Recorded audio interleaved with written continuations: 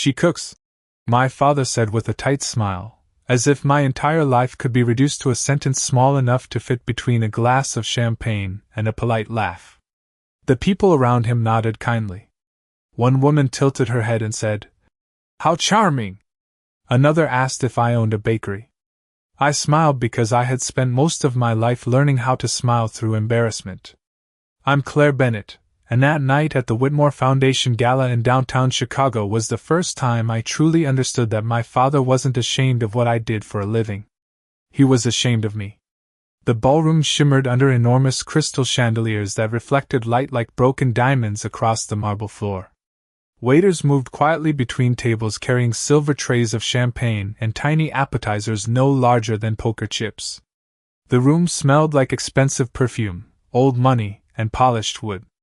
Everyone there belonged to the same world my father had spent 30 years climbing into. Politicians, investors, hotel executives, people who wore confidence like tailored suits. My father belonged among them now. At least that was what he believed.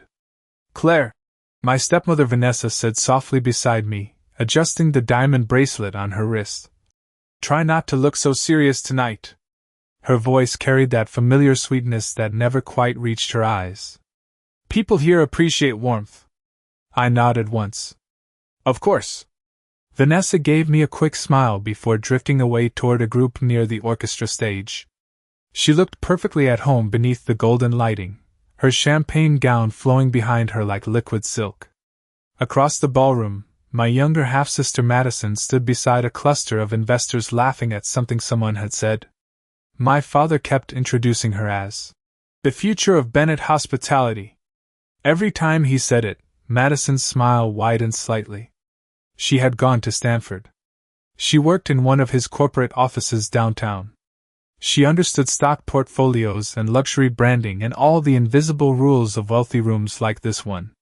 I understood kitchens, heat, timing, butter sauces breaking at the wrong temperature, the sound of knives against cutting boards before sunrise. Apparently one of those careers sounded more respectable than the other. A waiter passed carrying smoked salmon crostini, and one older man beside me smiled politely. "So your father says you're in food service?" I almost laughed at the phrasing. Food service. As if I handed out paper cups at a highway rest stop instead of running one of the most difficult reservation lists in Manhattan. "Something like that," I said calmly.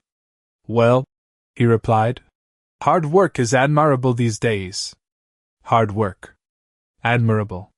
I thanked him anyway. It was easier. My father appeared beside me again moments later, resting one hand lightly against my back as another group approached. "This is my daughter Claire," he said. "She cooks." That was it. No mention of Ember House. No mention of the James Beard Regional Award sitting in my apartment in New York. No mention of magazine articles or 6-month reservation waitlists, or the fact that food critics had once called my restaurant the most emotionally intelligent dining experience in America. Just, "She cooks." I noticed then that he never looked directly at me while saying it. His eyes stayed on the guests. Like he was managing a situation instead of introducing his daughter. "Cooking is such a lovely hobby," one woman said kindly. Hobby. I folded my hands together so no one would notice how tightly I was gripping my clutched purse. "Yes," my father replied before I could answer. "Claire has always been independent." Independent. Another word that sounded different in wealthy rooms. Independent meant unmarried at 36. It meant unavailable for corporate networking dinners. It meant choosing work people here secretly considered temporary or unserious. It meant becoming someone difficult to explain at charity galas. Across the ballroom, a jazz trio began playing something slow and elegant. The sound drifted softly through the room while servers refreshed crystal glasses. Everyone looked comfortable. Everyone except me. I suddenly became aware of my black satin dress, simple compared to the gowns surrounding me. A dress I had almost not worn because I'd spent the previous night overseeing a 12-course private dinner service in Manhattan before catching a 6 a.m. flight to Chicago. I had barely slept 3 hours. But none of that mattered here. In this room, exhaustion from building something with your own hands was less impressive than inheriting something already built. Claire? My father's voice interrupted my thoughts. You remember the Whitmores? A silver-haired couple smiled politely. Mrs. Whitmore studied me carefully. Richard tells us you live in New York now. I do. And you still work in kitchens? Still. I smiled again. Yes. She nodded the way people do when speaking to someone they assume made unusual life choices. Well, New York certainly has restaurants. My father chuckled quietly beside her. I looked down at the champagne glass in my hand because suddenly I wasn't sure what would happen if I looked directly at him. Then, from somewhere behind me, a man's voice spoke clearly over the music. I'm sorry, he said. Did you just say Claire Bennett? The small group turned. A tall man in a dark navy suit stood near the edge of the crowd holding a whiskey glass loosely in one hand. He looked directly at me with visible surprise. You're Claire Bennett from Ember House? For the first time all evening, my father stopped smiling. The room became strangely quiet after the man spoke my name. Not silent completely. The orchestra still played softly near the stage, glasses still clinked somewhere behind us, and people still moved through the ballroom carrying polite smiles and expensive coats. But inside the small circle around my father, something shifted. I could feel it immediately. The man stepped forward with the kind of confidence that came from never needing permission to enter a conversation. Ethan Cole, he said, offering his hand to me first instead of my father. I cannot believe Richard Bennett never mentioned that you are the Claire Bennett. I shook his hand carefully. That depends which Claire Bennett you mean. Ethan laughed once. The chef behind Ember House in Manhattan. The reservation everyone fights over. The woman food and wine called the future of modern American dining. I noticed my father straightened slightly beside me. Vanessa looked confused for half a second before her social smile returned. Madison lowered her champagne glass very slowly. Ethan continued speaking before anyone else could interrupt him. I tried getting a table there in February. Earliest opening was 4 months away. 6 now, I said quietly. You should try Tuesday lunch service instead. He smiled. That is exactly what successful people say when they know they are successful. My father finally cleared his throat. Claire has always been talented in the kitchen. Talented in the kitchen. The phrase landed strangely after years of 16-hour workdays, burns along my wrists, sleepless inventory nights, investor meetings, staff shortages, and every exhausting sacrifice required to build a restaurant from nothing. It sounded like he was describing a teenager baking cookies after school. Ethan looked between us briefly. Richard, you never said your daughter owns Ember House. Well, my father replied smoothly, adjusting the cuff of his tuxedo jacket. Claire tends to keep a low profile. I almost smiled at that. Ember House had been featured in magazines 3 times that year alone. But apparently in my father's world, anything outside luxury hotels and corporate boards counted as obscure. Mrs. Whitmore suddenly looked at me differently. I recognized the shift immediately. Respect had entered the conversation now that my success had become socially useful. You own Ember House? She asked. My niece flew to New York just to eat there. That was kind of her. Oh my goodness, another man added. The cedar smoked short rib place? Yes. He nodded slowly, impressed now. That place is impossible to get into. Impossible to get into. I stood there listening while the room slowly recalculated my value. 10 minutes earlier I had been the daughter who worked in kitchens. Now suddenly I was interesting. Important enough to discuss. My father gave a restrained smile, but I knew him well enough to recognize tension beneath it. He hated situations he could not fully control. Claire has done well for herself, he said. Done well for herself. Another careful sentence. Another way of standing near my success. Without actually stepping into it. Ethan glanced toward me again.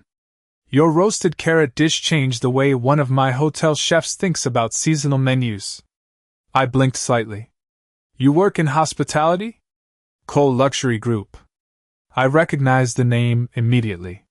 High-end boutique hotels across the East Coast. Very expensive. Very influential. My father's expression tightened almost invisibly. That was when I understood Ethan was not simply another guest at the gala. He was important to my father. Possibly more important than anyone else in the room. Interesting, Ethan said casually. Richard and I were discussing a possible hotel partnership earlier tonight. Were you? I asked. Yes.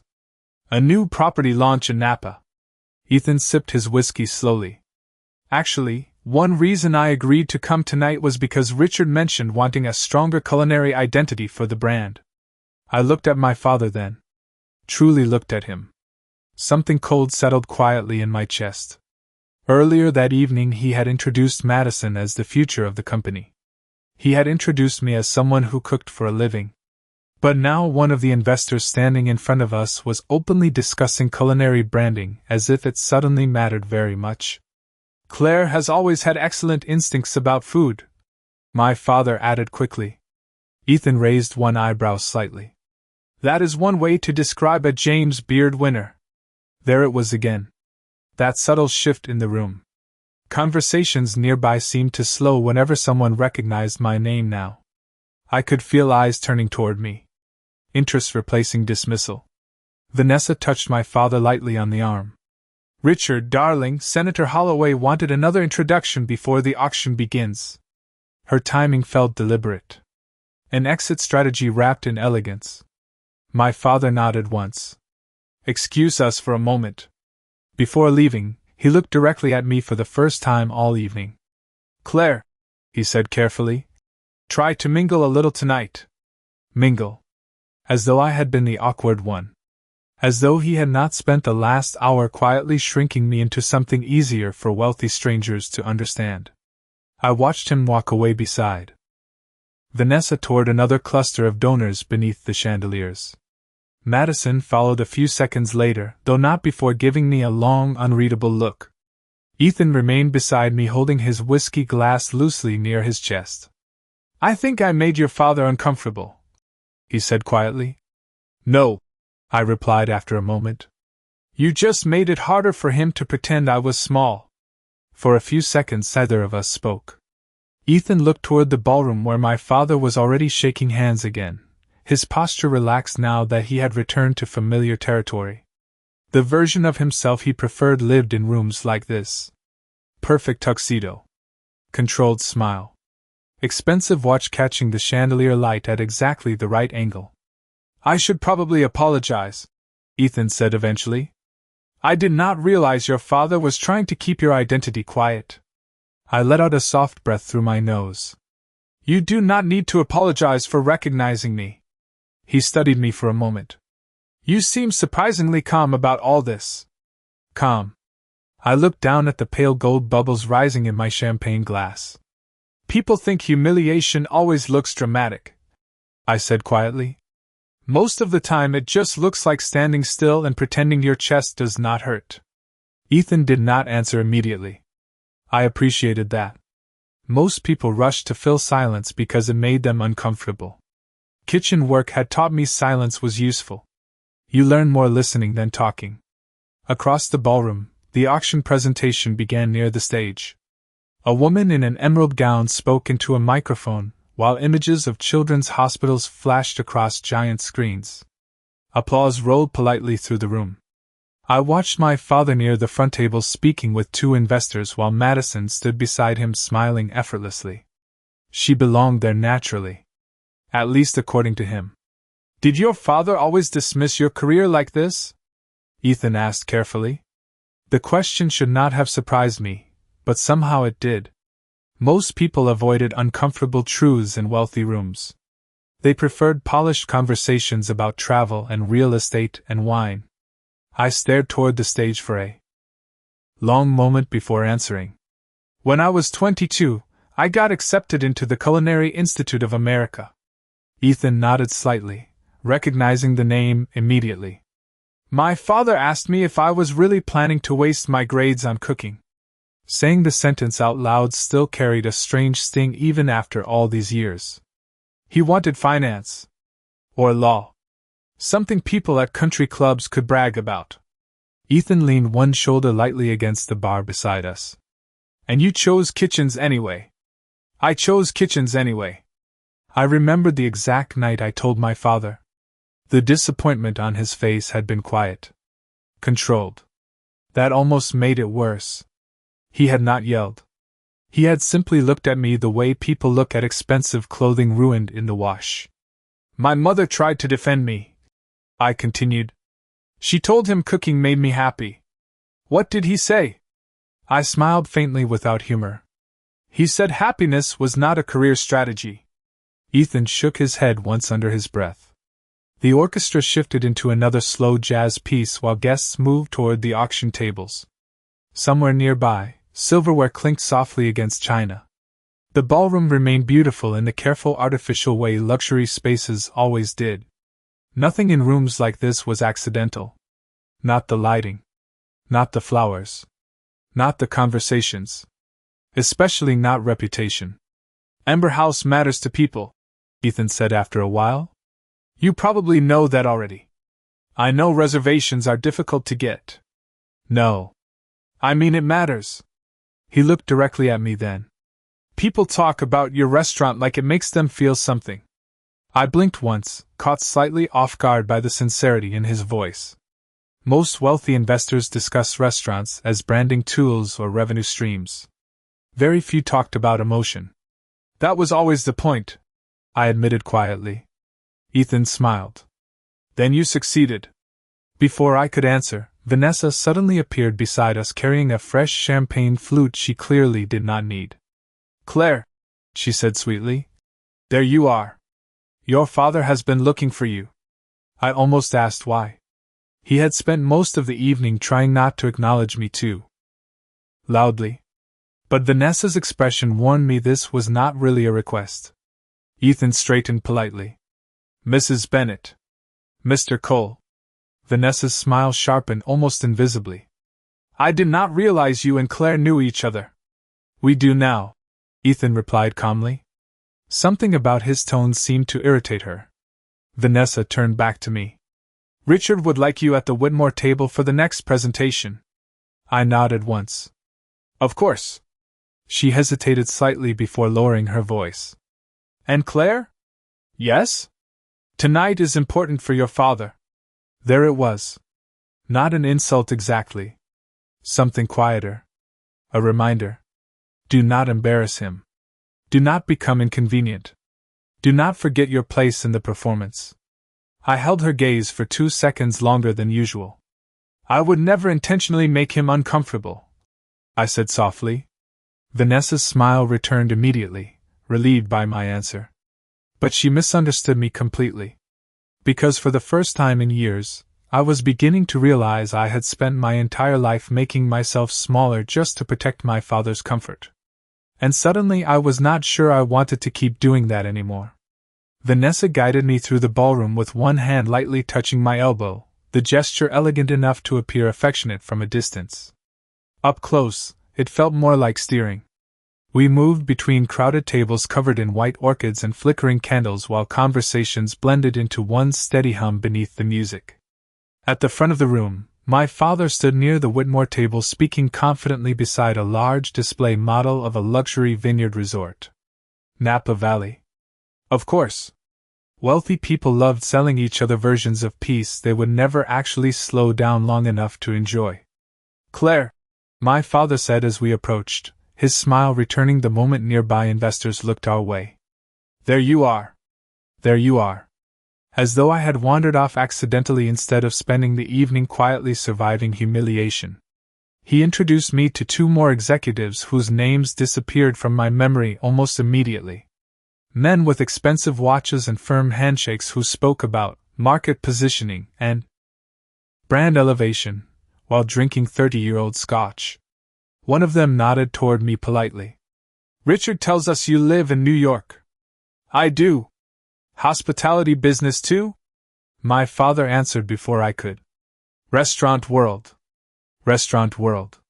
like it was some temporary little orbit adjacent to real success.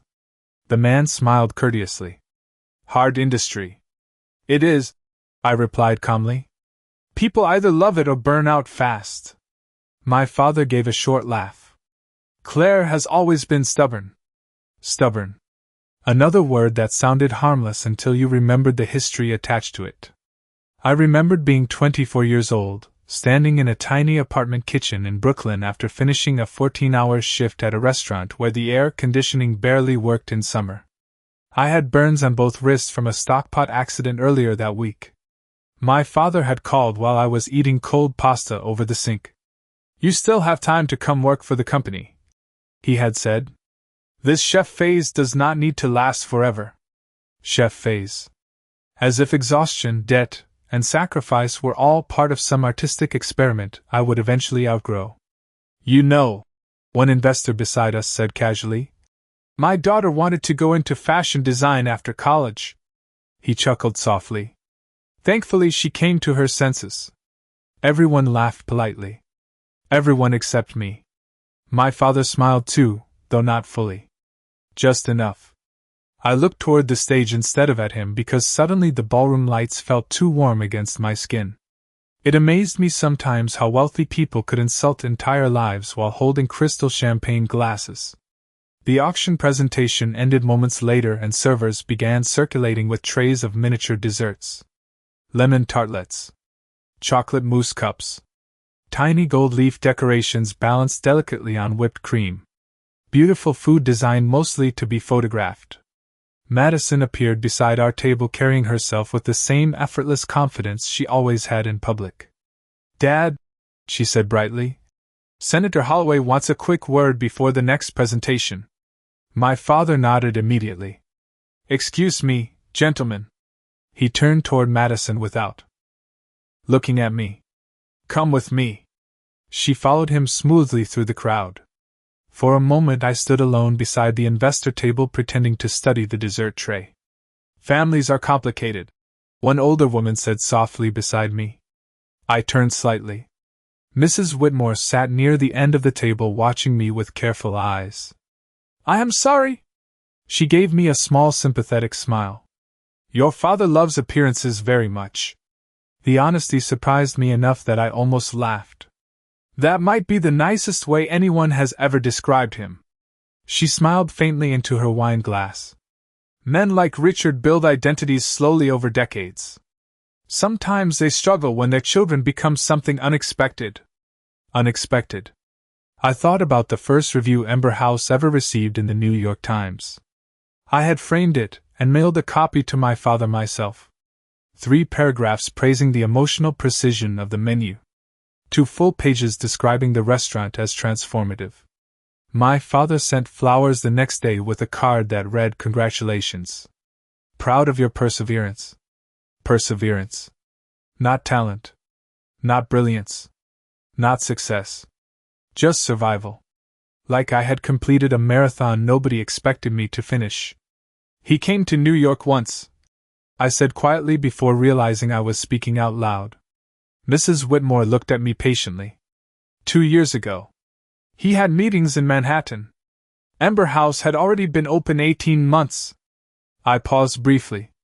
He never visited the restaurant. The older woman's expression softened almost imperceptibly. That must have hurt. Hurt. Such a simple word for something that had slowly shaped the architecture of my entire adulthood. I used to think if I became successful enough, I admitted softly, he would finally see me differently. Mrs. Whitmore studied me for a moment before speaking again. And now? I watched my father across the ballroom laughing beside Madison beneath the warm chandelier light. Perfect posture. Perfect smile. Perfect daughter standing beside him. Now I think he sees me exactly the way he wants to. Somewhere behind me, glasses clinked gently while the orchestra shifted into another elegant song. The ballroom remained beautiful, controlled, refined. But for the first time all evening, I stopped wishing I belonged there. The next presentation began 20 minutes later in one of the smaller private lounges overlooking the Chicago River. Unlike the ballroom downstairs, This room was quieter and designed for serious conversations. Floor-to-ceiling windows reflected the city lights across polished black tables while investors and executives settled into leather chairs carrying glasses of bourbon and sparkling water. A large digital screen displayed architectural renderings of my father's new Napa Valley resort project. Vineyards, stone terraces, luxury suites overlooking hills washed in golden sunset light. Everything looked expensive enough to convince wealthy people they had discovered authenticity. I stayed near the back of the room at first, mostly unnoticed now that the charity portion of the evening had ended. People here spoke more openly. Less performance. More strategy. My father stood at the front beside Madison and two men from his executive team while discussing branding direction for the project. What separates this property, he explained smoothly, is the immersive culinary experience. Culinary. Interesting word choice from a man who spent most of the evening pretending my profession was decorative. He clicked to the next slide. Images filled the screen. Rustic wood tables. Open fire cooking concepts. Locally sourced tasting menus. Vineyard harvest dinners under string lights. I stared at the presentation without moving. Then something strange happened. Recognition. Small details first. A plated carrot dish with smoked yogurt and charred herbs. A seasonal dinner concept organized around emotional memory instead of traditional courses. Handwritten menu cards placed beside ceramic bowls. My stomach tightened slowly. Ethan, seated 2 chairs away from me, glanced toward my face almost immediately. He noticed it too. The next slide appeared. Our dining philosophy, my father continued confidently, focuses on storytelling through ingredients. Every dish should feel personal, intimate, emotional. Emotional. I had used that exact word in an interview with Bon Appetit 8 months earlier while discussing Ember House. I remembered because reporters always expected chefs to talk about technique, but I talked about memory instead. Suddenly the room felt too warm again. Slide after slide continued. Farm-to-table narratives. Seasonal intimacy. Fire and nostalgia. Not copied exactly. Smarter than that. Reframed. Sanitized. But unmistakably inspired by concepts I had spent years building publicly under my own name. Ethan leaned slightly toward me without taking his eyes off the screen. Did he ask permission? He murmured quietly. I did not answer because I already knew the answer. My father continued speaking smoothly while investors nodded with increasing interest. Modern luxury consumers want emotional connection, he said. They are tired of sterile dining experiences. I remembered writing almost the exact same sentence in a proposal for Ember House investors 4 years ago. The proposal my father once called impractical restaurant poetry. My chest felt strangely hollow. Not angry yet. Something colder than anger. Clarity. Across the room, Madison noticed me staring at the screen. For 1 second her expression changed. Just briefly. Guilt maybe? Or discomfort. Then it disappeared beneath another polished smile. Our culinary direction is still evolving, one investor commented. Do you already have a consulting chef attached to the project? My father paused only slightly. We are currently exploring options. Exploring options. Ethan finally looked directly at him. Interesting, he said calmly. Because this entire presentation sounds remarkably similar to Claire Bennett's work. Silence settled over the room instantly. Not dramatic silence. Wealthy silence. Controlled. Careful. Dangerous because everyone suddenly became aware of what should not be said aloud. My father smiled lightly. Food trends influence everyone eventually. Ethan did not smile back. This is more specific than trends. Madison shifted uncomfortably in her chair. One executive near the screen cleared his throat and pretended to study the presentation notes. My father's expression remained calm, but I knew that look. It meant pressure had entered the room. Claire and I certainly share similar tastes, he replied smoothly. Similar tastes. As though my life's work were family wallpaper everyone could borrow freely. Ethan turned toward me. "What do you think, Claire?" Every eye in the room moved toward me at once. I suddenly became aware of the soft hum of the air conditioning, the faint reflection of city lights against the windows, the crystal water glass near my hand untouched for nearly 30 minutes. My father watched me carefully now. Not warmly. Carefully. Like someone monitoring an unstable situation. And for the first time in my life, I realized something quietly devastating. He was not embarrassed because I became successful. He was embarrassed because my success existed outside his control. "I think," I said slowly, "it is fascinating how often people dismiss creative work right before they try to profit from it." Nobody moved. My father's jaw tightened almost invisibly. One investor looked down at his notes. Another suddenly became very interested in his bourbon glass. Ethan remained perfectly still beside me. Madison stared at the tablecloth. My father finally let out a soft, controlled breath through his nose. "Claire," he said evenly, "perhaps this is not the right setting for personal misunderstandings." Personal misunderstandings. The phrase almost made me laugh. Years of dismissal reduced to misunderstanding. "You are right," I replied calmly. "This is business." And somehow that sentence unsettled him more than anger would have. The meeting ended 10 minutes later, though nobody said it directly. Conversations became cautious after that. Investors started checking their phones. One executive suggested continuing discussions next week. Another suddenly needed to catch an early flight back to San Francisco. The energy in the room had changed completely. Before my comment, everyone treated the project like an inevitable success. Now uncertainty floated quietly beneath every polite smile. My father remained composed through all of it. That was one of his greatest skills. He could stand inside tension without visibly reacting. But I noticed the small things. The tighter grip around his water glass. The way he stopped making direct eye contact with me. The slight pause before answering questions about the culinary concept. Tiny fractures in the performance. Ethan stayed behind after most people left the lounge. Madison disappeared quickly with one of the executive assistants while Vanessa spoke in low tones near the hallway entrance. I stood near the windows overlooking the river, watching reflections ripple across the dark water below. Chicago looked beautiful at night from 30 stories up. Clean. Distant. Almost unreal. "You handled that more gracefully than most people would have," Ethan said quietly as he approached beside me. "Grace is usually just exhaustion wearing expensive shoes." He laughed softly under his breath. For a moment neither of us spoke. I could feel my father watching from across the room even though I did not look toward him. "Did he ever invest in your restaurant?" Ethan asked eventually. "No, did he offer?" I finally turned toward him. "My father believes restaurants are financially reckless." Ethan glanced back toward the abandoned presentation screen.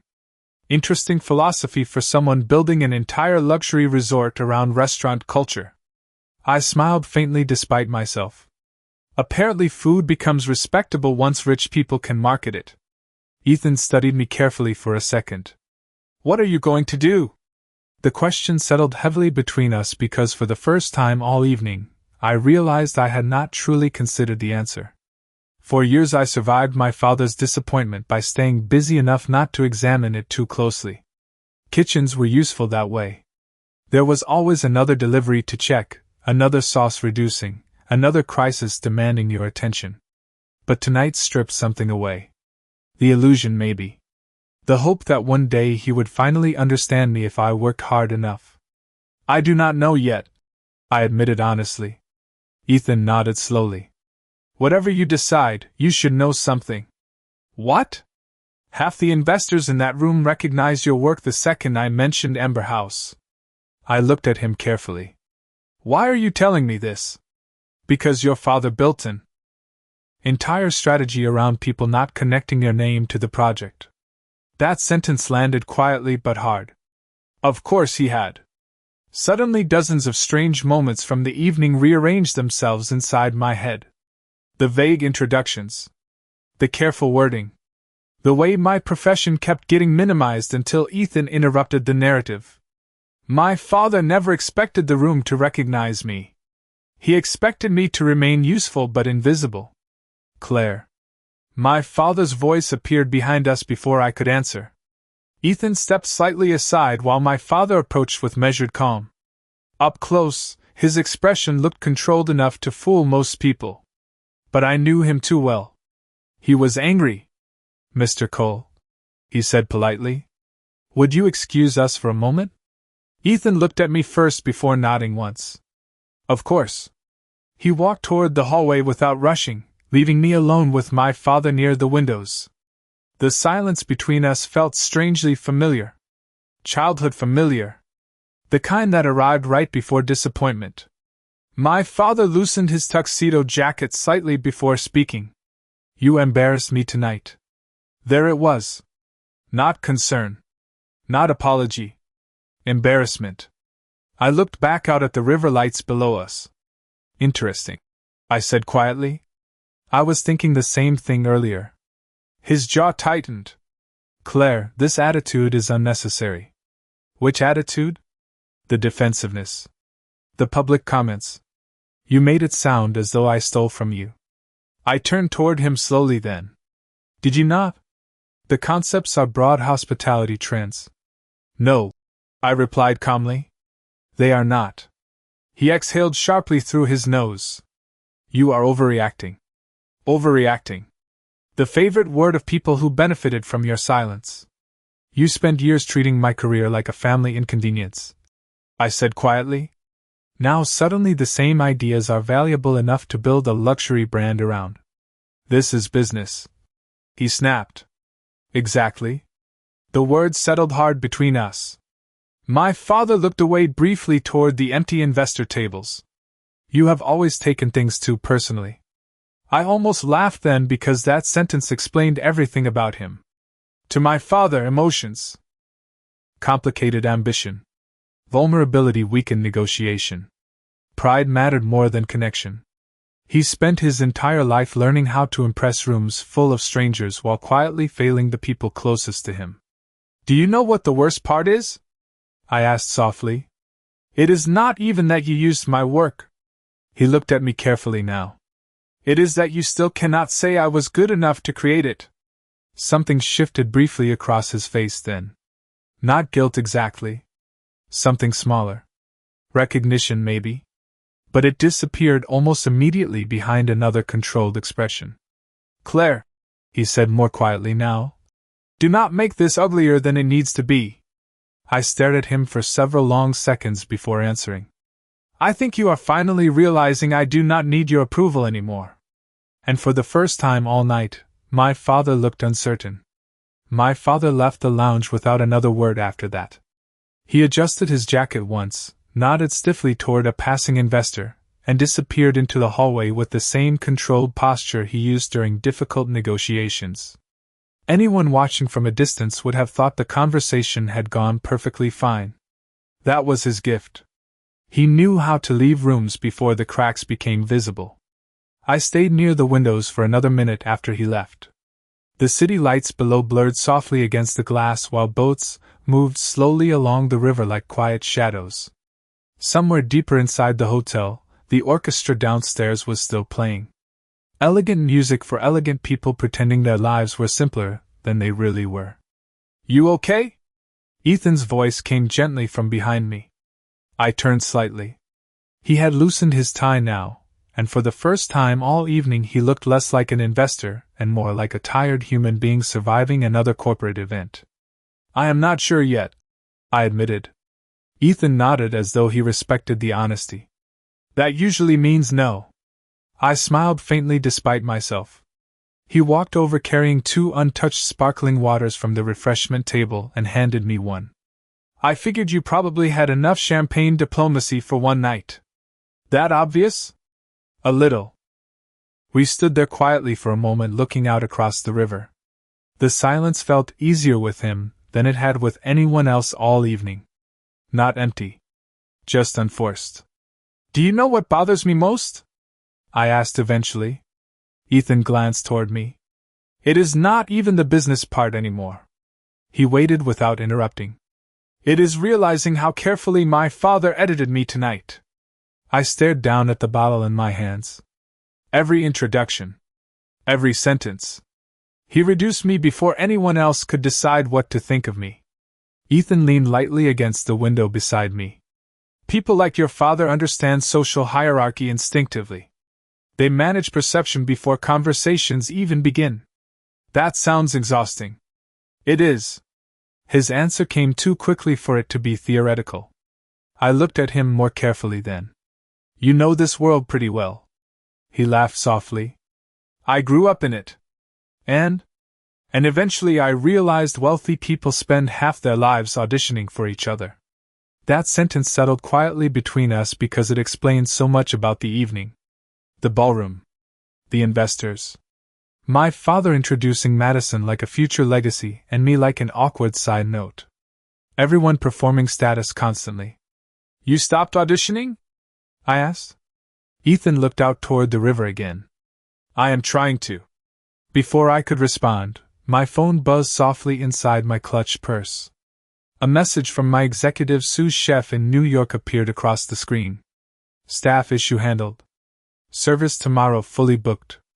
Also congratulations on the Boston Globe article tonight. I had forgotten the article was being published online. Another review. Another piece of recognition from strangers while my own father struggled to say I was talented out loud. Ethan noticed my expression shift slightly. Good news? Work. You say that like it matters more than tonight. I slid my phone back into my purse. It does. And for the first time since arriving at the gala, I realized I meant it completely. Downstairs, the event had started transitioning into late-night cocktails and networking.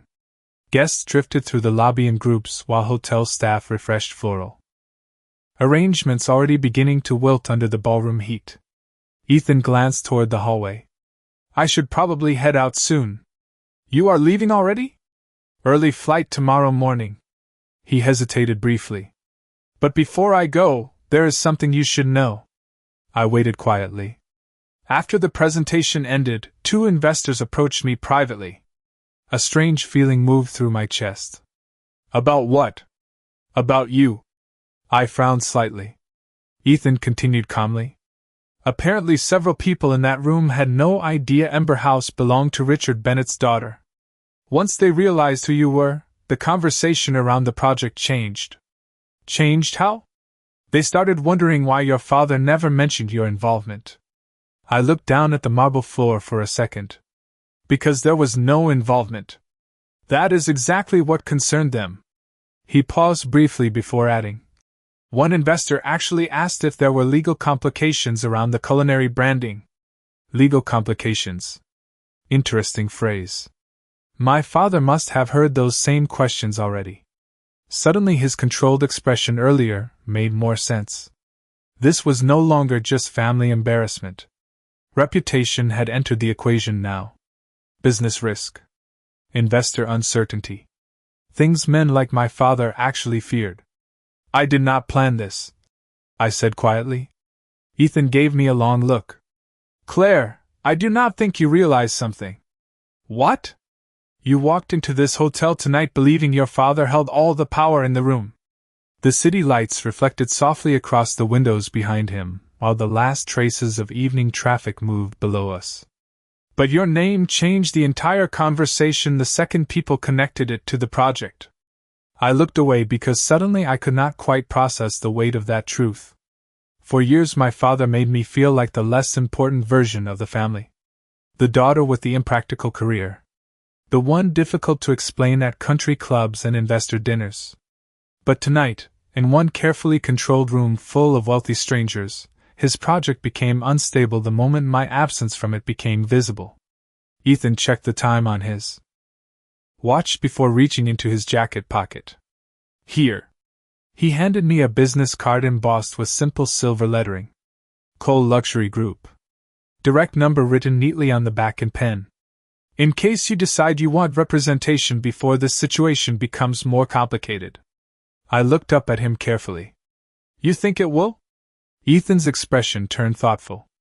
I think your father spent years underestimating you. He gave me a small calm smile then. People usually regret that eventually. I left the hotel shortly after midnight. The ballroom downstairs was still glowing with soft gold light when I walked through the lobby, but the energy had changed from polished networking to exhausted luxury. Women carried their heels in their hands. Men loosened ties while pretending they were not checking stock prices on their phones.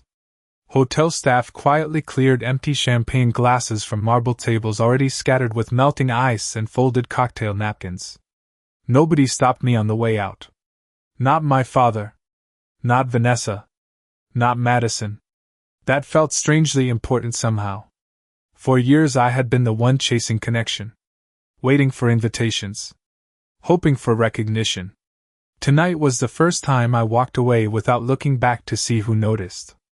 The Chicago air outside felt cold and clean against my skin after hours inside overheated rooms.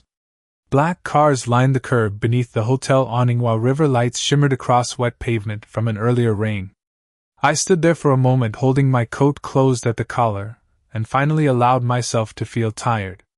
Not dramatic heartbreak tired. Something quieter. The exhaustion that comes from realizing a truth you spent years trying not to see clearly. My phone buzzed before I reached the waiting car. Richard Bennett. I stared at the screen for 3 full rings before answering. Hello? Silence for half a second. Then my father's voice. Controlled as always. Where are you? Not are you okay? Not can we talk? Where are you? Outside. Do not leave yet. I watched headlights slide slowly through downtown traffic below the hotel entrance. Why? Another pause. We need to discuss tonight. Discuss. Such. A corporate word for emotional damage. I think we already did. His voice tightened slightly. Claire, do not be difficult. There it was again. The assumption that my boundaries were inconvenience instead of consequence. I am not being difficult, I said calmly. I am leaving. Investors are asking questions now. I closed my eyes briefly. Of course they were. Not because his daughter was hurt. Because investors were uncomfortable. That sounds stressful. He exhaled sharply. This affects more than just you. I almost laughed then because for decades everything had affected everyone except me. My career choices. My absence from family conversations. The way people politely looked past me at dinners once they learned I worked in restaurants. Somehow my feelings had always been the least urgent thing in the room. Good night, Dad. Claire. His voice stopped me just before I pulled the phone away. Softer now. Less polished. Do not make decisions tonight based on emotion. I looked up at the dark glass windows towering above me. Somewhere inside that hotel my father was probably standing in another private lounge trying to contain fallout before morning. Managing perception. Protecting reputation. The same thing he had always done best. You spent years assuming I made emotional decisions because I became a chef, I said quietly. But this is the calmest I have ever been. Then I ended the call. The driver opened the back door for me a moment later. During the ride to my hotel apartment, Chicago blurred past in reflections of rain and neon. Quiet intersections. Closed restaurants. Streetlights stretching across wet sidewalks. My head rested lightly against the window while Ethan's words repeated themselves somewhere in the back of my mind. You walked into this hotel believing your father held all the power in the room. I thought about that carefully. Not because I suddenly wanted revenge. I did not. What I wanted was distance. Clarity. Space to stop shrinking myself into something more acceptable for people who had already decided my worth years ago. When I reached my suite, I kicked off my heels near the door and stood silently inside the dark room for a moment. The city skyline glowed beyond the windows while soft jazz from a neighboring rooftop bar drifted faintly through the glass. My phone buzzed again almost immediately. Not my father this time. Madison. I hesitated before opening the message. Are you seriously trying to sabotage Dad's project? No greeting. No concern. Straight to blame. I stared at the screen for several long seconds before typing back. I did not sabotage anything. Then another message appeared almost instantly. You embarrassed him in front of everyone tonight. I sat slowly on the edge of the bed, still holding the phone. Funny how humiliation only counted when wealthy men experienced it publicly. Not when daughters carried it quietly for years. Another message arrived. You know how hard he worked for this deal. I looked out toward the skyline again before finally responding. Do you know how hard I worked for my career? The typing bubble appeared. Disappeared. Appeared again. Then nothing. Silence. I set the phone face down beside me and leaned back against the headboard. My body ached with exhaustion now. The kind restaurant workers know well. Feet sore. Shoulders tight. Brain still running long after the shift ends. Except tonight had not really been about business at all. It had been about value. About who gets introduced proudly, and who gets reduced politely. About how some families only celebrate success when it arrives wrapped in the right social packaging. Around 1 a.m, another notification lit up the dark room. This time from Ethan. Just one sentence. If you need legal representation before morning, call me before your father calls his attorneys first. I stared at the message for a long time without answering. Because deep down, I suddenly understood something that felt both painful and strangely freeing. My father had spent years treating my work like something small. But tonight, the second that work threatened his reputation, it became important enough to fear. I barely slept that night. Every time I closed my eyes, I saw the ballroom again.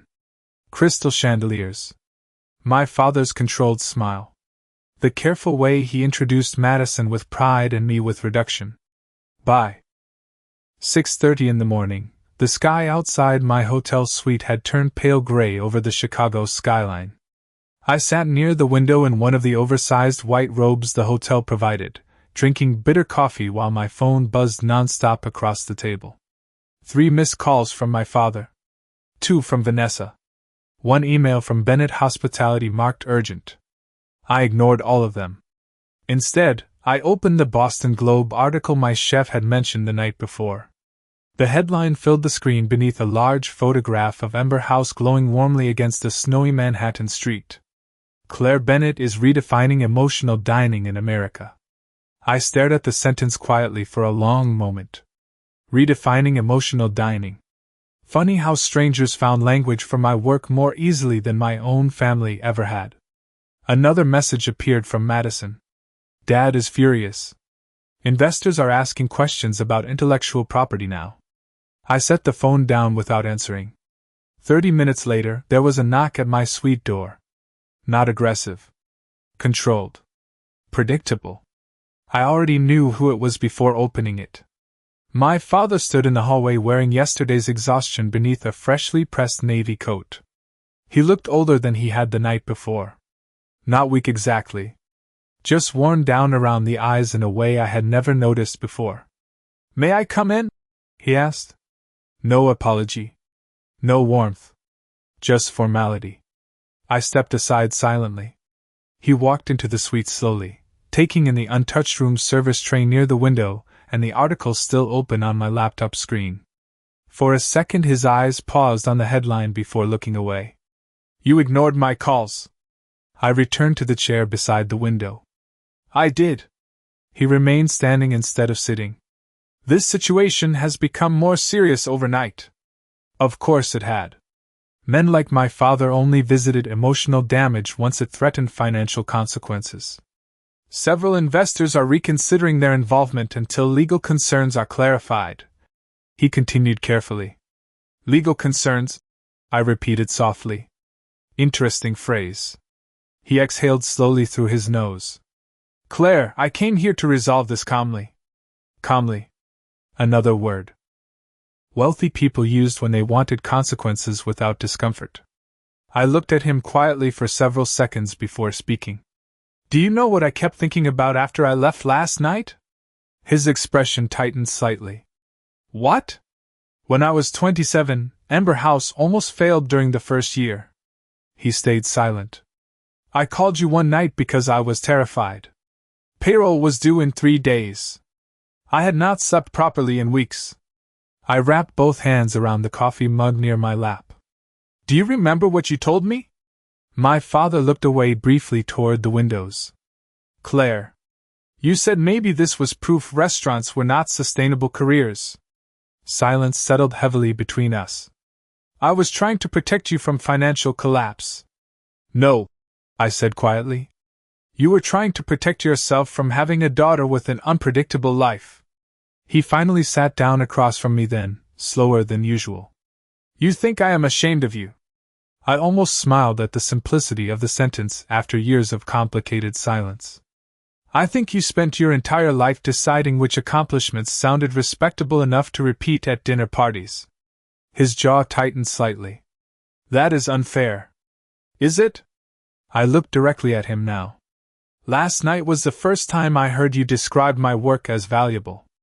And even then, it was because investors cared. My father rubbed one hand briefly across his forehead before speaking again. I built everything I have by learning how perception works. I know. The business world judges weakness quickly. So you edited me into something easier to explain. He looked down at the carpet without answering. That silence told me more than any confession could have. Outside the windows, morning traffic moved steadily through downtown Chicago while sunlight slowly climbed the sides of nearby buildings. Everything looked ordinary. People carrying coffee. Cabs stopping at intersections. Office workers beginning another day. Strange how life continued so calmly while entire relationships quietly collapsed inside hotel rooms. What do you want from me? My father asked eventually. The question surprised me because for years I would have answered it immediately. Approval. Respect. Recognition. Some small sign that he saw me fully instead of socially. But now, sitting there across from him in the soft gray morning light, I realized something had changed overnight. I no longer wanted him to become someone else. I was simply tired of pretending his disappointment did not hurt. Nothing, I said honestly. That word seemed to hit him harder than anger would have. Claire. His voice lowered slightly now. Less executive. More human. I did not realize how successful you became. I looked at him carefully then. Really looked at him. The expensive coat. The tired eyes. The man who spent decades building an empire while quietly failing to notice his daughter built one too. That is because you never looked, I said softly. Neither of us spoke after that. My father stared down at his hands for a long moment before standing slowly from the chair. He looked as though he wanted to say something else. Something better maybe. But some people become so fluent in pride that sincerity feels almost impossible by the time they finally need it. He nodded once instead. Take care of yourself, Claire. Then he walked toward the door. I watched him leave without stopping him. Without chasing after the conversation. Without shrinking myself smaller to make him comfortable again. A few hours later, I flew back to New York. That evening, when I stepped through the doors of Ember House, the kitchen was alive with movement and heat and noise. Pans hissed across open flames. Servers moved quickly between stations. My staff looked up the moment I entered. Chef! Someone called from the line. Another cook grinned and lifted a tasting spoon toward me. Warmth filled the room instantly. Not polite approval. Not careful performance. Respect earned honestly through years of work.